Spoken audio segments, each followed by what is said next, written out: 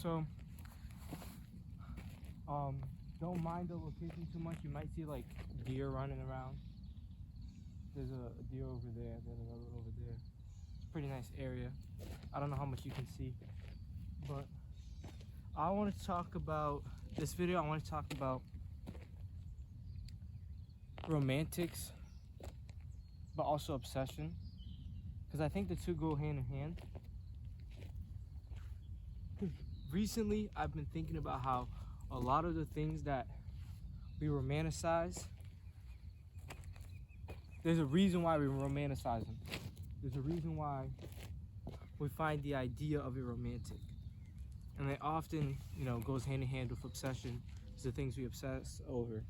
But they end up not being that good for us. And I have a lot of examples I wanted to talk about, and even some biblical ones. I'm always going to mention a biblical thing every once in a while. Like, for example, there's going to be flies everywhere, but one of the things I feel like we romanticize, there's one very big one I want to get to the end that ties in with the biblical example. But one of the things we romanticize is, I'm going to think, I really don't want to go back to my phone because then it took so long to set it up in the middle of the woods. But what is one of the things we romanticize? Should be quickly off the top of my head. Okay, so one of the things I see a lot of people romanticize, and I get this one, it's like dirtbag teens, especially in high school and in college, like kind of letting go, being free, and like partying like crazy. I completely understand why it's like I know why it's romantic. Like I even do it myself, where I romanticize it. It's kind of like the idea is romantic of it, of this idea of like letting go, not caring about responsibilities, not caring about your future, quote unquote, kind of just living in today, living like, and this is what's romantic about it, living in today, in the present moment, living like that this night is my last night, like it's the last day I'll ever have, that I'm going to a party as if it's the last time I'll ever party, as the last time I'll ever live again, and leaving with no regrets, doing everything I wish to be, being free, expressing myself, letting myself go. It's a very romantic idea, and it really gets to, like, people really romanticize it, and people fantasize it. A perfect party experience. They meet the perfect person of the opposite gender. They let themselves go. They experience something they had never had before, and they'll remember it for the rest of their lives. They try something they never tried. It's like that's what's romantic about it. And there's other things too, like wealth. We romanticize wealth a lot. Money. And the problem with the first one, I'll go back to the first one. The problem with the first one is that you get to a point where in a moment you love it. In a moment you don't regret it. In a moment it's romantic. But the problem is that later down in life, there comes a point where you look at yourself in the mirror, and you might not recognize the person in the mirror anymore. You might not be comfortable in your own skin. There's just experiences that or really bad that outweigh the positive ones, and even the positive ones, you look at them with a different light, and you say that there was an innocence or a part of me that I lost because of that I really wish I had. I feel like that happens a lot. So I would say that's the downside of the first one. You don't want to lose yourself in any of these things, and that's the problem. The things we romanticize, I feel like the beauty is in losing yourself in it. The beauty comes from losing yourself in it, but the downside is that if you lose yourself in it, you really do lose yourself. It's like losing yourself at a party and letting go is what's, I don't want to say beautiful, but because that word doesn't have a bad connotation. But that's what's beautiful about it. Do you understand? Like, that's why we romanticize it. But that same reason is what can come, like, later down the road can really hurt. Because it's really not your last night. Even though you lived it like it was, and you don't regret that, and you walked away with no regrets, and you let yourself go, you do have to live with the consequences of the night, the next day. I mean, later down the line. Because if it really was your last night, then it's like, then that's the ideal fantasy, right? But we don't actually plan on leaving. Well, some of us end up sometimes things happen at a party where people don't make it out of there consciously. So, but we do live to see another day, and so that's something we have to deal with after. And then back to money, wealth, especially now where people are, quiet luxury, old money. These things are kind of glorified, and it's a lifestyle that it's not attainable for most people. So chasing it is very dangerous. We all know the dangers of chasing an obsession over wealth. Dangers of chasing wealth, what can come with it. You know how chasing after money. The problem with chasing after anything and obsessing over things, this is where they go hand in hand. And I'm going to talk about beauty next. Is that when you chase after money, it never becomes enough. You can ask billionaires, there's very few people who are satisfied with it. But where that comes from is you were satisfied before the money. And so having it didn't change, your satisfaction with yourself. You had a strong core. You were built on a good foundation. As the Bible says, you built your house upon a stable rock instead of a landslide. So that's where that comes from. But for most people, it's like the reason why you look for money is like you feel like that's a part of you that's missing, or that money will cover up the parts of yourself that you don't feel are complete. It'll make up for what you lack, and that's where the obsession with money can be really bad, because you start taking pride in it, and pride is the devil. Pride is never a good thing, never. And that's where you have to be very careful. But what's really romantic isn't actually the money itself, isn't the paper or the bank account. It's the lifestyle that comes with it. Driving nice cars, Cadillac Escorts, beautiful hotel rooms, galas, dresses, parties that party isn't the correct term for, like I said, galas, ballrooms, 5-star hotels. It's like luxury, real luxury, palaces. But we have to remember that there's nothing more slavish than luxury. There's nothing more regal than labor. Luxury really is slavish. It's like, for those few moments, you feel special. And the first few times, you're in a private jet the first time, and you're like, wow. And then after a while, it's just another plane. It's just a plane. First class is the same thing. Nice hotel room, same thing. The awe in it is the fun part. Is why ignorance is bliss. Experiencing something for the first time is where the magic is in it, because it's so different.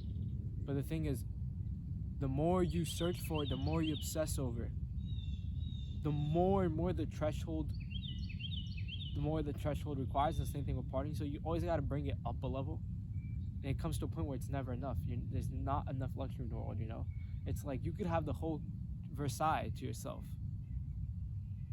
but it comes to a point where that doesn't become enough either. So you always have to, and that's the problem with it. I think the people who do it well are the people who don't need to let themselves go, who don't need to obsess over these things, who don't need to dive into these things, dive into pleasures unknown. They're controlled in their approach to it. They don't go to parties often, but when they do, they make the most of it. They leave with no regrets. But they don't, that feeling that's romantic, they don't search for it. They just let it come by and pass by.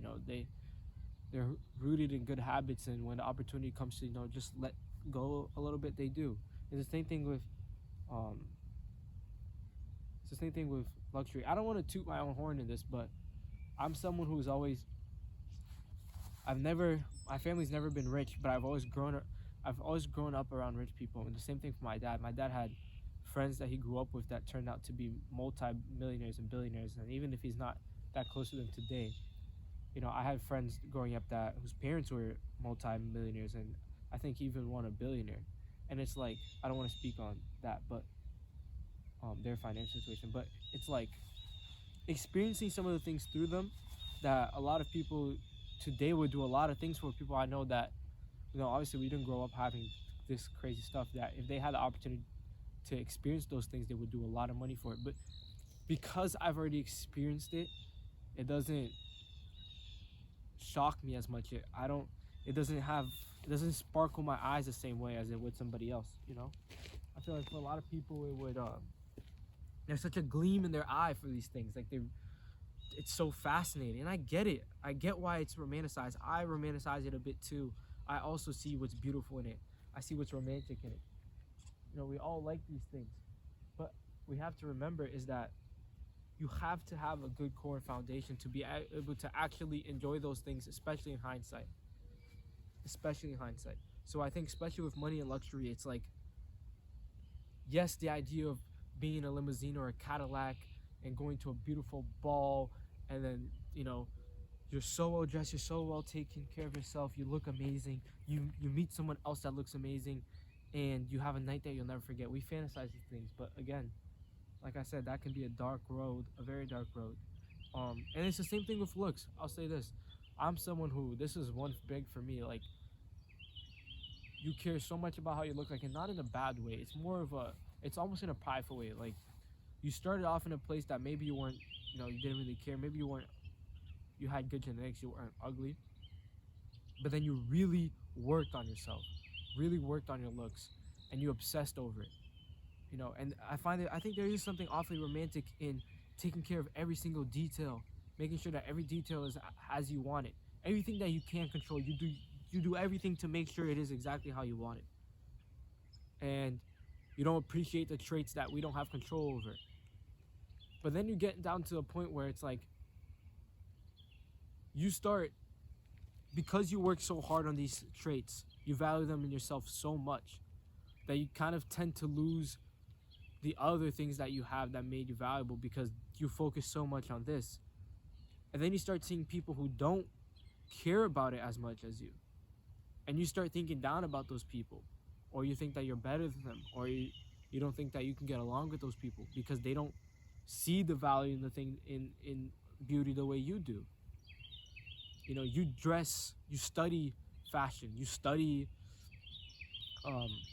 the actual makeup of a face, symmetry, averageness, feminine versus masculine traits, and all of these things, and you study and go into it, and you care so much about it. But then you kind of feel like the people that don't do that aren't as valuable as you, or you think that people who are ugly lack a character trait, that there's something wrong with them inside. It's not their physical looks. And I do believe, because I'm someone that, you know, romanticizes beauty, I do think that there is, for the most part, especially because a lot of, if you were to study beauty, you would find out that a lot of the traits that we find gorgeous come from, they're sexually dimorphic, meaning they're very specific to the gender, right?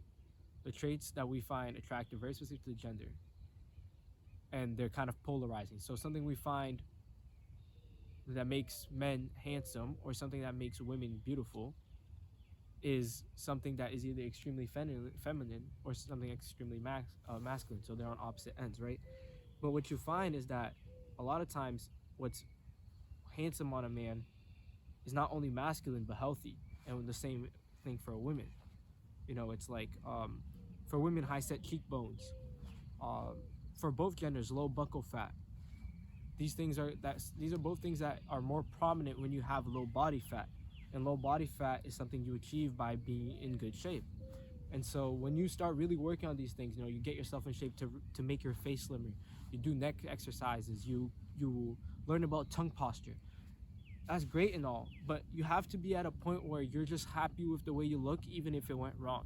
You know, it's like if you're walking down the street, or if for some reason someone punched you in the face and now you broke a bone and you don't look the same, you still have to be able to be happy in yourself. You can't just say, I put all that work and that was the thing I value myself on, and now I don't have that, I feel worthless. That's not in the place you want to be. That's where the obsession is really problematic. And that's something you have to understand, is you have to be grounded. It's okay to want to look good. I think everyone should aim to look good and should put effort into look good. After all, that is a biased opinion, because I do romanticize beauty. But at the end of the day, I know that it can't be the only thing I care about. And what a lot of times happens when people obsess over a specific trait, whether it's money or beauty, is that you are willing to overlook serious flaws because the person has that one trait that you value so much, or the trait that you wish you had for yourself. And that's very telling of people. If you really look at the things that people ignore in dating specifically, or in relationships in general, are often the things that they value a lot about themselves, that either they have so they therefore have pride in it, or the things that they wish they had, and they're not, I don't want to say insecure, but they feel like it would complete them if they had it, right? So it's very important to realize that, especially if you're someone that's out here dating, getting relationships. Everyone's in relationships, whether it's platonic or it's an actual romantic relationship. You have to understand that if someone's willing to overlook something, it means a lot to them. Oh, I'm sorry. If someone's willing to overlook something, it's because the person has something that means a lot to them, you know? So that's another thing too. A lot of people love to throw categories and requirements in partners, but understand that if you have something that the person like intrinsically values, they're willing to overlook a lot. And I'm not saying that in order for you to be manipulative, but I'm saying a lot of these things, as many physical traits as you wish to have, right? If someone is, a model, most people are willing to overlook their character. But if someone who has fantastic character, morals, integrity, if a person gets to know you, they're willing to overlook some, maybe looks aren't your department, isn't the strongest suit. Maybe you're not a handsome person. Maybe you're not beautiful as a girl. But if you have, the intrinsic values, if you have a personality that is very well rooted, honest, and respectable, people are willing to overlook those things. And that's why it's very important making yourself a complete, you should care about your looks, in my opinion, but you should take good care of who you are. And that's why I say obsession is dangerous, because if you're someone that obsesses over one of these things, be very aware of the things you're overlooking in search for this. And know that when you do find it, it's not going to make your life complete, because you have to already be well grounded before you come across that. And if you are, and then you meet it, then it's just an additional thing to be, not excited about, but to be thankful for it, because you had something you valued, but you were grounded before, so you didn't need it. But now it's a nice additional thing. And that's where I wanted to come into it. I wanted to bring in the biblical topic, because I think the thing we romanticize the most is rebellion. The idea that it's just us against the world. Maybe it's just you and maybe for example, like if it's just me and a girl and it's us against the world, and we're rebellious against the authorities, whether it's our parents or just any established authority, the government, from law to, and it gets to down the range, it becomes a dangerous thing when even God for a lot of people. And it's the idea that it's just you two, and it feels like everyone's against you, but you and this person, you got their back to back, and you go to heaven, through heaven and hell for this person. It's like if all else fails, it's me and them, ride or die. This idea is very romantic. Rebelling against the world is very, very romantic, and I completely get it. When I say these things, the reason why I'm able to talk about them is because I completely understand why they're romanticized. I see the beauty in it, but it's very dangerous to be aware that you see the beauty is one thing, but just seeing the beauty in it is very dangerous.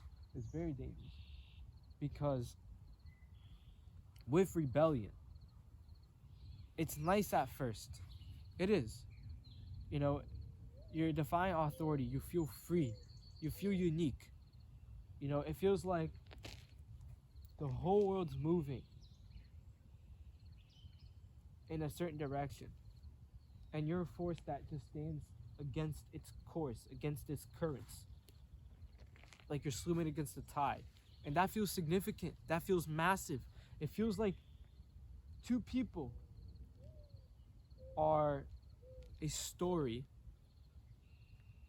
that nobody else knows about, but you know how romantic it is. It's like when we read books. There's any story, when it focuses on a specific person and it feels like them against the world. I think the best example I could think is like, you have the Hunger Games series, You have um, the I Am Legend series. I don't know if anyone's seen that. Divergent, right? It's like two people against the system. It's romantic. It's beautiful, the story. But the thing you have to be careful with, as much as I know it's romantic and it's the idea of it is beautiful. Oftentimes, reality is often disappointing, specifically when it comes to fantasies like that. Like you're just gonna find a perfect person for you, and that the world could turn upside down. It's you and them. Books don't talk about the natural consequences that would happen in everyday life, because, like I said, it's not like you go on an adventure, you never look back, you get in a car, and you disappear. You go through turmoil, but it's it's you and this person, and everything you do is just romantic and it's beautiful, and but life continues after. It doesn't just stop there. The story just doesn't end on a cliffhanger in real life. We have to come back to reality after a while. And I mean, I feel like that's why kids run away from home. It's like the idea that you're gonna run away, you're gonna end up somewhere, and God knows what happens, but you just have to leave. It's a romantic idea. I get why kids did it. I personally never did it. I never even knew that was a thing. But I get it. You see movies, you see stories, and it just makes sense. It's like through trial and tribulation, these people stick together, and it's like them against the world. So we have to. What is that, bunny? Right. We have to be careful with rebellion. Is that you don't want to lose a stable home because of it. You don't want to lose your reputation because of it. You don't want to become an outcast because of it.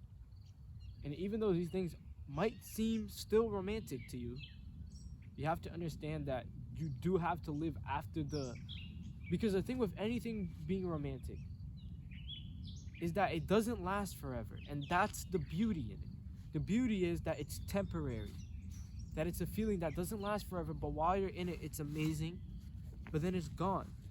And that's the beauty in life. The beauty in life is the same beauty that there is in being rebellious for a moment, or losing yourself in a party for a night, or meeting someone for a night and never seeing them again, falling in love with a stranger, falling in love for a weekend, fall in love for a summer, going to a summer house, meeting this girl that lives across the beach, or going on vacation and falling in love. The reason why these things are romanticized is because they're temporary. They don't last forever. That's why people fantasize over them. It's a one night thing, one night stand. That's why these things happen. What we have to understand is we live the next day. The story doesn't end there for us.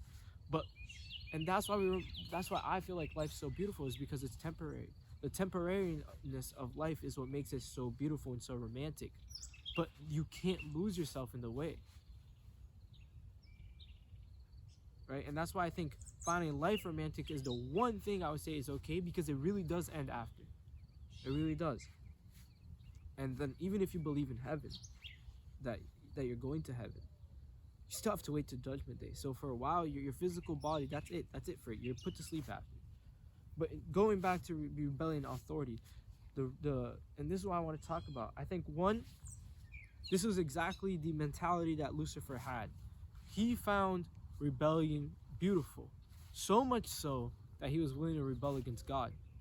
And that's dangerous, because, and I'm reading Paradise Lost, and I'm actually getting to this point, but I got past the fall. But the whole idea that John Milton just describes in Paradise Lost is that the devil, Lucifer, because he wasn't named devil until people after, but Lucifer, which was the angel's name, he believed that, well, after he had already fallen, he romanticized the rebellion against God, because rebellion is something that we humans, because we're awfully similar to the fallen angels in a way.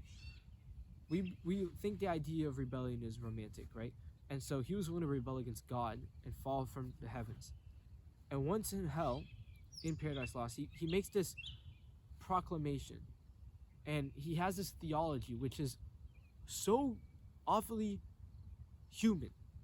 And it's this idea that to fall from grace or from heaven into the pits of hell, but then to climb back up is more romantic or more beautiful or better than never falling at all. I feel like that's the mentality we have. We're willing to go through the ends of earth, right, for some of these things. And even if we fall from it, as long as we get back up to where we want to be, it's like the idea of starting from the bottom is, regardless, it's the idea that falling from grace, coming back to it is more beautiful than just never leaving it. Because the experience of the fall and the climb, we romanticize. And that's with any of these topics that I've described, right? And you have to be careful. And this is what the point I wanted to make too about the Bible is, I don't think, I think we've all heard the story of Adam and Eve and the what do they call? That's not called the fall. Well, regardless, you get the idea. When they were exiled from Eden, right? The story of Eve eating the fruit and getting Adam to eat the fruit, but the serpent, which was Lucifer, disguised as a serpent, right? Convincing Eve to do it. But this is the thing. In the Bible, it's very short. That entire part it's not like a normal novel. It's not stretched out. It's not fabricated. It's very short. It's a couple sentences, like a lot of stories in the Bible. And I don't think so. There's a lot left to your imagination. I don't think Lucifer had a lot of convincing to do. I think he just had to plant the idea in there. Because I think Eve, seeing there was one tree that you could not eat, and that it would give you knowledge of truth and evil, of good and evil. The very idea of just going against the set rules and rebelling against God, I believe they romanticized. Adam and Eve romanticized it. And that's all Lucifer had to do was tell them that. I don't think he had to do that much convincing. And that's what I think we have to be very, very careful with the things that we romanticize. Because I don't think there was much convincing to do. I think the idea is awfully romantic. And that's problematic. I'm not trying to glorify the exile. But it's, again, falling from it. The story of the Bible is we fell from grace. And this is our chance to go back to it. You're going to tell me that isn't romantic? That's really, really romantic. That's a very romantic story. That's a beautiful story. But that's how we think, Jesus never fell. That we have to start thinking that that's the better path. Obviously we weren't literally the ones making the choice to fall. But that's the story we have. So in a way, it is quite similar.